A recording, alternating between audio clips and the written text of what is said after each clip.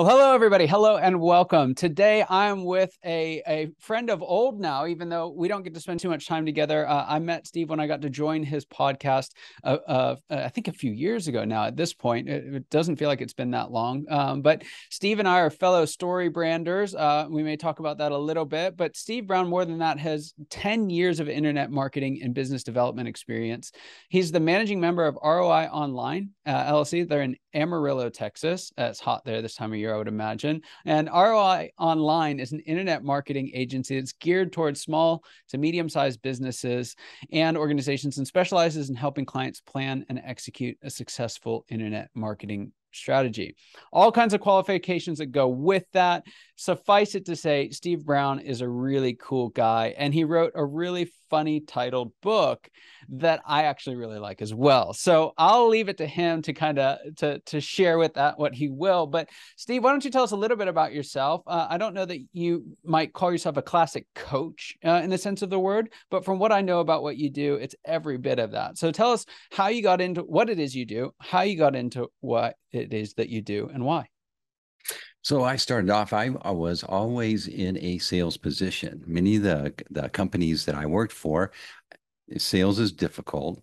I would assume that role. I was really good at it, and that's where I would excel.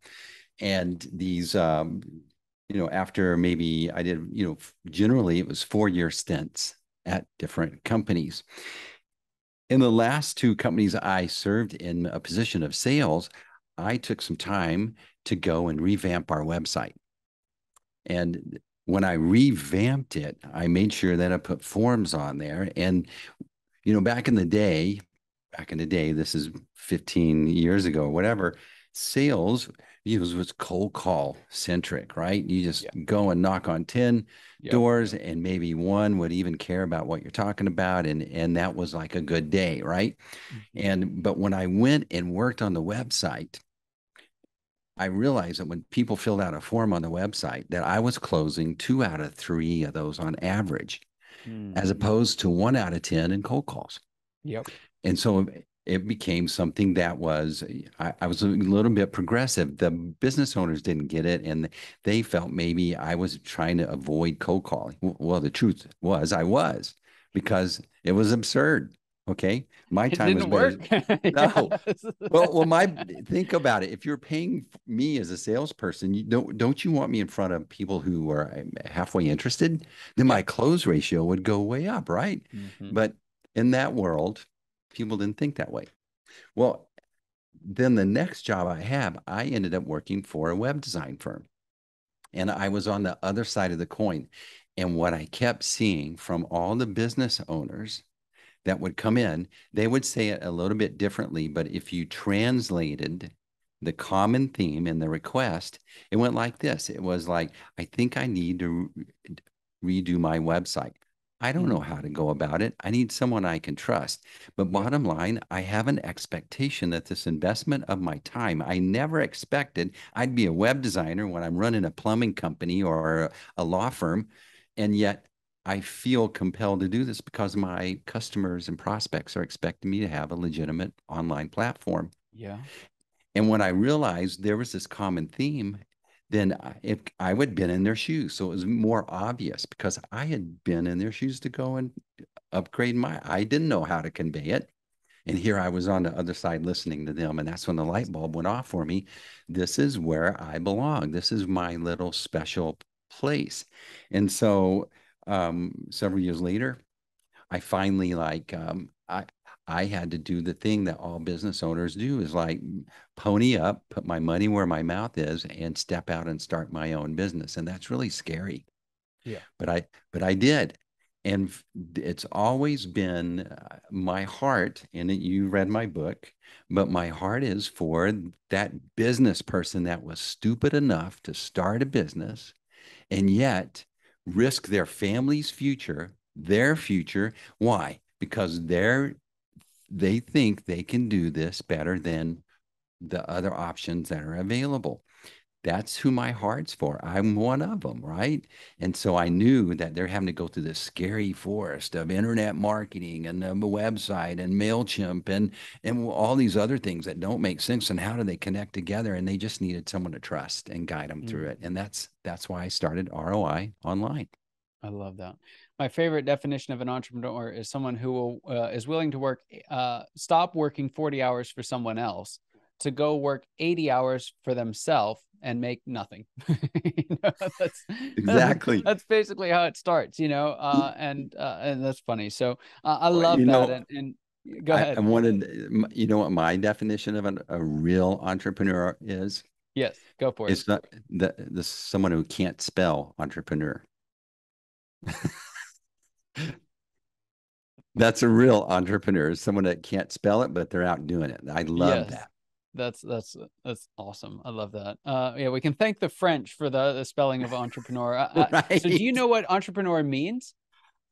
Um, no, The root, it yeah, go means ahead. to go between, to go to the space in between is Wow. basically what it means. And so Wow. entrepreneurs are that, like, just like you're saying, like they're bold enough to say this can be better. And I love that. I really do. Well, Wow. that's cool. So ROI Online, helping people navigate the world of digital marketing and what all that looks like, doing it, I might add, from a sales perspective, right? I Yeah. think that's one of the places where a lot of people struggle with it, is like, I don't care if we've got likes on Facebook, I want to sell something. Right now, if likes on Facebook sell something, great, I'll do that, but I Yes. want to see sales happen, right? And so I love your approach in that respect. So tell us a little bit more, like, in that world, what would you say is the most important thing that you're doing for your clients? So that book behind you, Predictable Success, the biggest epiphany that I got from that book, and there was a lot, but the biggest one was when I'm talking to a business, it helps me discern where they are in that life cycle of a So business. true. Are they in the fun stage? Are they in the whitewater stage? Are they in the struggle stage? And then I can align my suggestions, my coaching to really be more impactful. And because I think that's a trap. Most marketers, if you go to them, hey, I need some help with the marketing. Yes, we do this kind of marketing. Let's and I'm good at it. Let's do it for you. And they're not totally clear on if it is really a good fit for you or what stage you are, or they would address it, right? That's so true. I'm so glad you say that, because if I say that, I get in trouble. But you said it, so we get to go there. It's 100% the case, and I've seen this happen again. I did some work in the marketing space, and there's a joke: 50% of marketing works. We just don't know which 50% it is, right? Well, and some of that is the creative process. Okay, that's fine. You got to work through and iterate and everything like that. But a significant portion of it is, are you addressing the things that need to be addressed at those individual stages? Because if you're doing branding work in early struggle, right, you don't have enough revenue coming in to pay the bills, and you're doing branding work for the long term, like, the chances of you running out of cash before you get the sales that you want with that kind of a strategy, they just don't work. So let's play with that for a second. So someone who's in early struggle, right? The existential fight for survival, got to get this business off the ground. What do they need to know from a sales and marketing standpoint? All right. So anything that they're creating at that moment should complement the sales process. So, and let's say, give me an example of a business you want to use that as an example. So we want to start let's think of a good one. A flavored water fountain service. Okay. So here we are.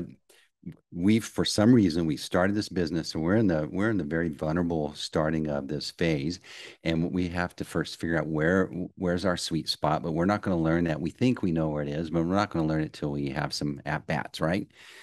And so the things that you need immediately aren't necessarily name recognition. They're not great emails or whatever. You need stuff that can help you have a conversation and immediately give the vision of why your product's a perfect fit assuming it is a perfect fit in that situation. So you walk into, I don't know, a slot skis or whatever, and you see they don't have a flavored water solution.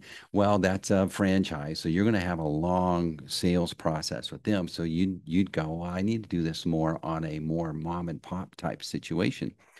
So you need information that helps them see what's in it for them and how it's going to help them, not how many years you've been in business, not any of that. So They good. just need to see how it's going to help them. Well, that's a sales support.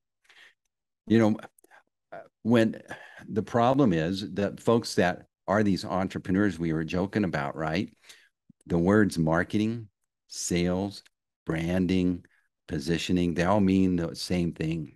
You know, one's saying marketing and the other one's thinking, a different thing. One's saying tomato, the other one's thinking, I don't know, elephant. And they think they're talking about the same thing. Yeah, So in that moment, you need sales support materials. Now you got to that's go to so someone good. that's creative, but more importantly, in that the number one challenge that every business owner, every leader, every parent has is to communicate clearly what's in your head to the other folks. We've all heard that. You got to say it 7 times before they hear what you're saying. Okay. And so what's your super competitive advantage is to get your message super clear that helps Yes. connect the dots fast. Once you get those sales going, then you have the luxury of, all right, now let's start getting ahead of this. Now we're out of this survival mode. In my book, I talk, remember that show, Survivor Guy? Hmm. Yeah, so this guy named Les, I think they would drop him in somewhere and they pick him up in a week. So Yes. what was his primary thing? Just make it for 7 days. Okay. Yes. That means you don't really you just have need minimal shelter, maybe some water. You could fast for the whole week and don't freeze to death. Okay. That's all you need. Well, that's where in that struggle stage, that's the way we're thinking. We just need to make it another month and pay the bills and see if Yeah. we can make it another month. And that's why I'm saying you need sales stuff. You need Yeah. something to get. I need a bowl for water so I can. That's what I'm wanting to really communicate. That's fantastic. I love that. You need sales support materials, right? You've got to Hmm. get out there. And the other thing I think that you said was so true is you've got to have conversations because Hmm. it's not just the opportunity to pitch, which a conversation is one of the highest value ways of doing that. It's the highest touch, but you're also the best folks that I've seen do this are not only communicating out, right? They're listening as well. They're Hmm. listening, they're adapting, they're seeing where folks are, they're watching how their words land and dialing that in each conversation. It's hard to do over the phone, right? It's hard to do in an email thread. It's hard to do on social media. And so I love that. I think that's great. So let's take the next step here. We get into a couple mom and pops. We got a couple early wins. We're moving into fun. We're starting to ramp things up a little bit. What do we need in our sales and marketing at that point? Yeah, now you need to start setting up a system because you've survived, right? And so we think about if you're transitioning from camping to setting up some property, building a cabin, so to speak, right? And so that's where your systems come into play. Imagine someone building a cabin. Well, they're going to set up a nice table.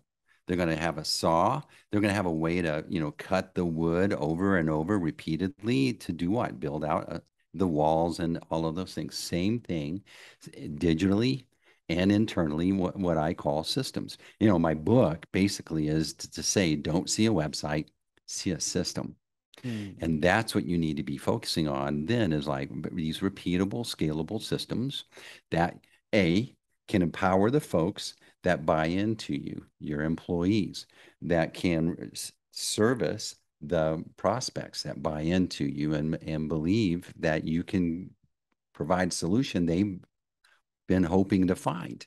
Yeah. Well, we get excited, we say yes, and then we stumble and mess it up, and then they regret it. You made it, and that's why systems can be so powerful. And that's Yeah. I think people are slow to realize, oh, I should start getting some systems now because that system once in place is like a piece of equipment, this asset that you purchased.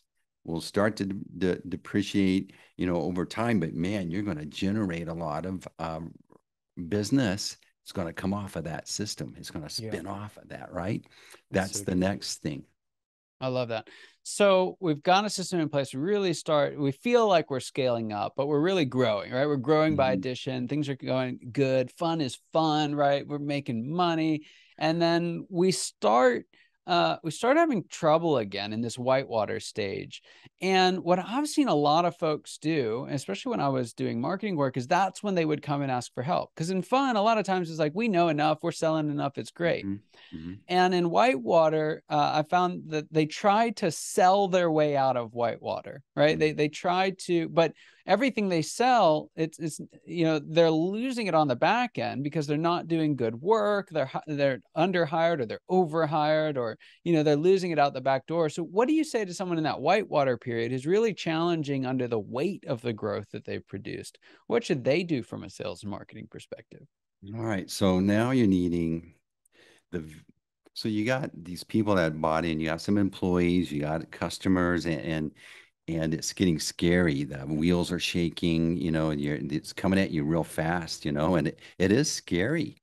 Yeah. And so now is like a great time. You got all these people that are paddling. I imagine your employees are in canoes. Each one has a canoe, and you guys talked at the shore before you launched, and you pointed toward, you said, we're going over across the lake. Well, about halfway through the lake, everyone's at different angles. They're going to the other side of the lake, just not the same point.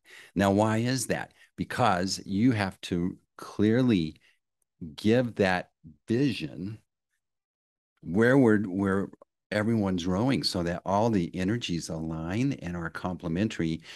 You'll have conversations. If you don't do this, you'll have a conversation with someone. They're working hard. They're excited to be here. They love the culture. And it's a shock to both of you that no, this is not what I want. Remember that conversation with your spouse one day? You came home, you're so excited. Maybe you had tickets. Maybe you had tickets. Like you put the tickets down and you said, look, baby, look what I got. I got us tickets to Disneyland. And she looks at you like you're crazy. Well, what do you mean you got tickets to Disneyland? We talked about it the other day, honey. You wanted to go to Disneyland. She says, no. I said Disney World. That's the conversations that you end up with clients, Yeah, and and and she has tickets to Orlando. and you're going to LA, right? So that's like shocking. But you had fun, you had a great meeting, you left thinking you're on the same page, and you find out you're going two different directions. Yes. Well, whose fault is that? The leaders. They didn't clearly communicate the exact point on the horizon that we're going. Not once. Once is not enough. Yes. It has to be over and over and over. Well, guess what? That takes some internal work that you have to do to decide confidently where we're going. Yeah. That's the hardest job of ever. Yeah. And then putting it into a picture of and a picture that goes in their mind where Yes. their brains can buy in, click, and support you like they want to. It's so true. And hearing this coming from marketing, sales and marketing place is just fantastic because so many of them miss it. So many just say, well, here we can help you, drive harder, push faster, sell more. And what you've so clearly articulated is you don't necessarily need to go after more external customers. You start have to recognizing internal customers. Mm-hmm. You don't have to necessarily push the pedal to the metal on marketing outside. You do that in fun or predictable success. When you're in whitewater, you've got to get real crystal clear on who's with you, right? And Yeah. and where you're taking them and how clear they are on that. So I love that. It's, I mean, the best whitewater marketing advice I've heard, especially someone from your industry say. So I love that. This is gold, folks. I mean, it's genuinely gold. So let's say we do that, get into predictable success. We've got all the canoes pointed across the boat. It's a bigger organization now, and we're kind of looking at, well, are we bumping into market share limits? Should we go to another region? What are we doing there from a marketing perspective? So here's where, at this point, at least for me, This is where I recognized I had outrun my coverage, so to speak, as far as I'm inclined to run a tiger team, a small, you know, can turn on a dime or whatever, but to lead, a larger team, I'm running out of my coverage. That means you have to introduce someone else that come in and take the baton and carry it forward, right? So what's at risk here is culture. And so the work you've done up to this point at clearly defining this horizon, clearly defining that your message, helping everyone know what your message is. So if you understand clearly, I think the biggest thing for the marketing, the secret at this point is that if someone on your delivery team or your fulfillment team can tell the customer a very similar explanation of what you do that you do when you're in that sales, when you convince them to come on board, they're going to get handed off. And for them to hear the same rhythm, so the same tune, right? The same refrain is powerful. I Yeah. think it is. That's where you're in the branding area. That's where you're in the positioning area. Right. It's sinking in down into the organization. But where does it come from? It comes from doing the work of pointing to that point on the horizon and making it really clear where we're going. Then, Yeah. then this new person that comes in, you're handing the baton off, is not going to take it off in another direction. That's when you lose a lot of your team when they go, I don't Yeah. like the new guy. That's so true. Okay. So true. And we could keep going here, but I really wanted to dial into these first few stages because I think it's so important. And I love how you've drawn out like there's different strategies for each of these stages. And it's so important. If you're going out, you're looking for someone to help you with marketing, you're looking for someone to help you with whatever, HR, branding, PR, accounting, whatever it may be. You've got to make sure that you're working with people who understand your stage, Mm. right? Because you ask the vast majority of marketing folks, and they are not going to give you such a clear answer and delineation. This is what we had the success for this guy. You do what that guy did, and you'll be great. I was, well, what stage was that guy in, right?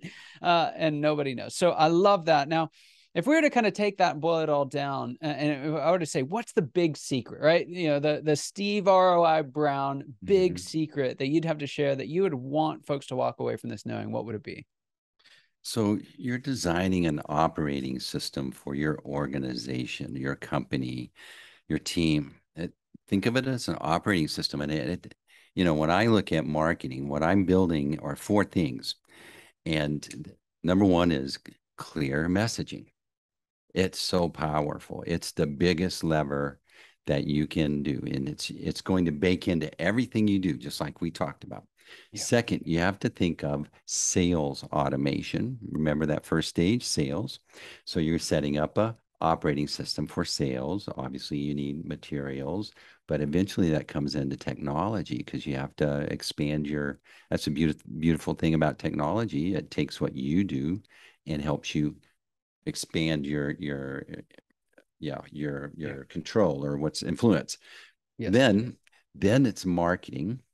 Same thing. You're going to take that same messaging that was helped you do sales. It's going to help you start marketing, introduce you to new folks. But there's a technology piece. And then once you get that in place, that means you're like, if you get a lead, you're able to follow up on them, track it, document it, figure out what your predictable revenue is, right? And then your Yes. marketing is like, how many leads do we need to introduce to the sales system to get a new piece of business? And then you start thinking strategy, strategic campaigns. And anything you do in strategy, any campaign needs to lead to a landing page in where? In your marketing and sales automation platform. So it's like like on your phone, you have an operating system.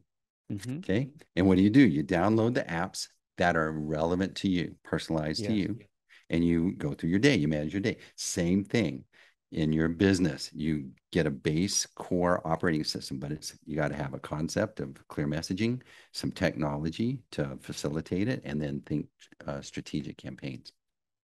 Yeah. Fantastic. I love that. Clear messaging, sales automation, then you focus on your marketing, and Mm-hmm. then getting real strategic and Mm-hmm. defining the whole thing. That's fantastic. So, well, let's do this. Let's have you take off your consultant hat here for a Okay. moment, right? I'm going to have you put on your CEO hat, right? Then, and now we're moving to CEO Steve Brown of Mm-hmm. ROI. And online. And what I'd love for you to do is just share with us, what are you doing right now? What's the next stage of growth look like for you in your business? So here's a paradigm shift that happened for me. We're in this, what do they call it? The great resignation. And, everybody's complaining about employees. They can't get enough or don't know where to find them. They're really struggling for it. And then you have Mm, employees leaving toxic organizations. They got used to working at home. They're considering being independent, doing something on their own. Well, when you think about a small business, you only have a certain amount of budget for your team that you bring on board. And I think right now is an awesome time for you to consider virtual assistants offshore. And it's amazing when you think about, let's say you were to hire an in-house, a very good marketing director for your company, where you're going to spend minimum 70,000, okay, if not way more. But if you were inclined, you could you could expect to have maybe six full-time people wow. to to think of how that changes your expectation. You mean I could have six people instead of one person? One person you're arranging your resources. Well, I'll have to wait until this one pays off to get more resources to go this way. Well, when you can have six, five, or whatever, then it's like, wow, I can go faster. And I think this is a paradigm shift that needs to happen with you. Well, how can they really work from, just remote? Well, here we are having a conversation via Zoom. Yep. All my set, all my clients are out of Amarillo. Well, I won't say that. Most of my clients are out of where I am. Mm-hmm. I have clients in Kansas City, in Tahoe, in Zachary. I have them everywhere. And why can't I have employees? Well, I do. We're a remote team now. Yeah. We were kind of forced into it, but Right. then we were able to quickly acclimate. I think it is something that if you think about your competitors, they're going to be resistant to it. But if you can adopt it and start employing folks and get them, it's amazing how it changes what your expectations are that you can do with the resources that you have in your budget. Yeah. Fantastic. So that's something that you're leveraging right now, is working with a virtual team, and that's your next stage of growth, which Yeah. is going to Yes. Well, and so I'm helping businesses pair be, with got it. a virtual assistant. So here's a Got it. traditional model. Hey, hire my high-powered team to do white glove service for Mm, your company.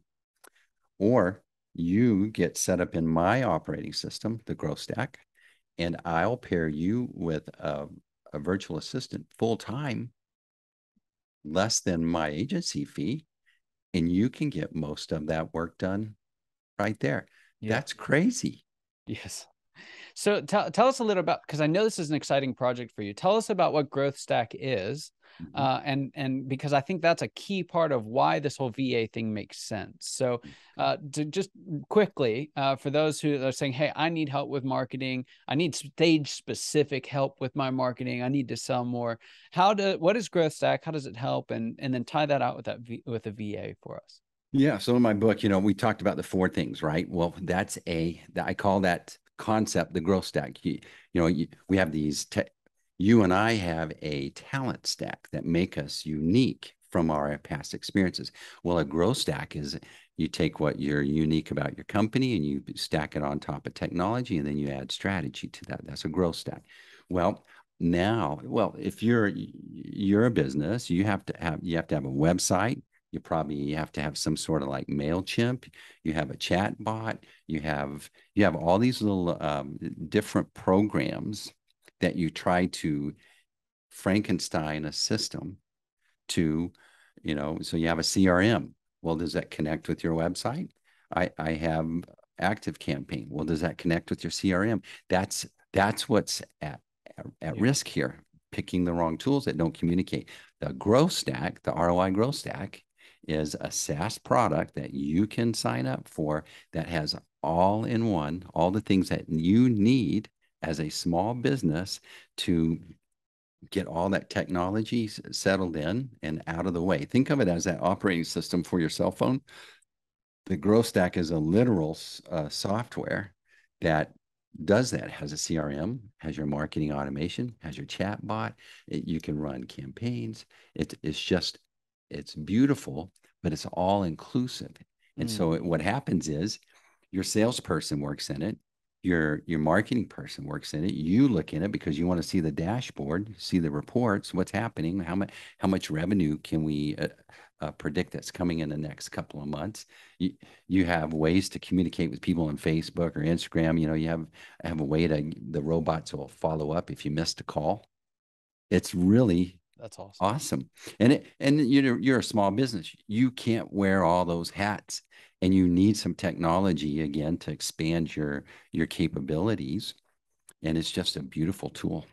That's awesome. So for a fraction of what you'd normally pay under an old agency model, we Mhm. can get into this tool that really automates and significantly increases the ease that we can do this, to the point where you hire a talented VA overseas, again, for a fraction of the price of what we pay for labor here. Mhm. Great money for them, right? Moving them up in the world. Yep. And it's a win all the way around. So it's fantastic. How do we find out about Growth Stack? Someone's saying, yes, I want to know more. Where do they go? So we have a website that will soon be launched, roigrowthstack.com. Obviously, my website, roionline.com. You can reach me there and we can talk about it. I'll show you around in it. Um, that's the easiest way. Obviously, I'm on LinkedIn and other places, but I would start there. That's great. Now, we've talked about your book a couple of times, but we've not actually said what it is. So give us the title of your book, and tell us where we can find it. So the title of the book is The Golden Toilet. There Stop it is. flushing your marketing budget into your website and build a system that grows your business. And so I wanted a title that you just didn't need to go, what was that title again? And there it is. And I think that the golden toilet is a universal symbol that immediately communicates wasted money. And what's the biggest fear that a small business owner has?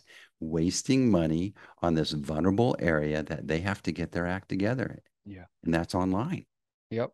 That's so good. So talk about clear messaging. I dare you to hear the title, The Golden Toilet, and, and not read the book. So I believe we can find it on Amazon, basically where you buy books, right? We'll Yep. put a link in the show notes. And again, I've read it. It's fantastic. It's written for people in the real world, right? It's not one of these Yes. fancy schmancy, despite the fact that a golden toilet would be awfully fancy. It's it's not that. So, well, Steve, thank you so much for being on. Just appreciate what you do for entrepreneurs. So thankful for you coming onto the show and sharing with us today. And again, the thing that I love about this conversation and that I really want folks to take away from it is make sure you know that you're working with people who know your stage. Right? Mm. Especially when marketing is such a big world. There's so many different names for it. You're probably not a pro at it. And so you can eliminate a lot of the headaches and hassles by making sure you find someone like Steve. I mean, he's here, he knows your stuff. Just go to Steve, but find somebody, regardless of what you're looking for. When you find a coach, make sure you find someone that can help in your stage. And so with that, Steve, thank you so much for being here. I appreciate it. Man, I'm proud to be here. I enjoyed this conversation. You and I had a great conversation on my podcast, and I really looked forward to this. But Scott, you're a great interviewer. Awesome. Well, it was my pleasure. Thank you, everyone, for being here. We're so excited to have the opportunity to share with us. Your time and attention mean more than the world to us. So thank you so much. And we look forward to seeing you next time. Until then, take care.